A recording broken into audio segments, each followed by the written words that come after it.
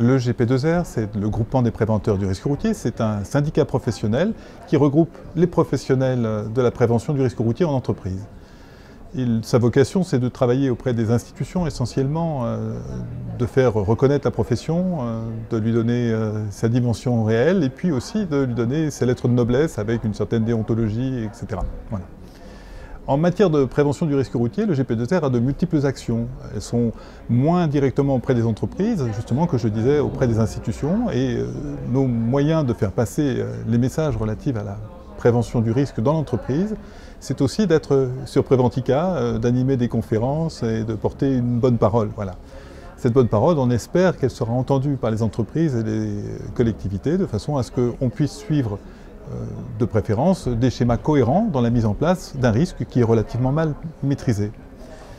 Si on prend par exemple les entreprises, la plupart du temps, elles considèrent que ce risque routier est un risque qui est difficile à gérer. Il est difficile à gérer parce qu'il a trois caractéristiques, en plus d'être des caractéristiques des risques habituels, il a trois caractéristiques principales, c'est qu'il se déroule en dehors de l'entreprise, ce qui n'est pas le cas de tous les risques.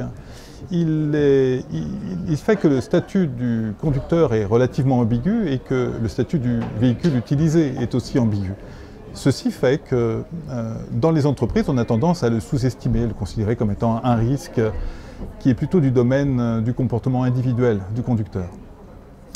Le GP2R, à travers les campagnes d'information qu'il réalise, a pour objet de démontrer et de montrer comment ce risque, qui est mal maîtrisé, est en fait une source importante d'amélioration et de performance pour l'entreprise. Alors quand on dit qu'un risque qui est une charge peut devenir pour l'entreprise une source d'amélioration et de performance globale, ça demande quelques explications. Donc pour aller très rapidement à l'essentiel, eh bien, on peut considérer que l'entreprise supporte au quotidien des charges financières qui sont en général vues par les analystes financiers et les DAF des entreprises, mais on considère assez peu qu'il y a beaucoup de coûts indirects. Et voilà. Et ces coûts indirects, on peut les mettre en évidence. Et puis il faut savoir aussi que le risque routier, c'est beaucoup de désorganisation, beaucoup de charges financières liées aux assurances, à la remise en état des véhicules, au maintien en état du parc. Et puis on ne néglige jamais ces aspects sécurité et santé.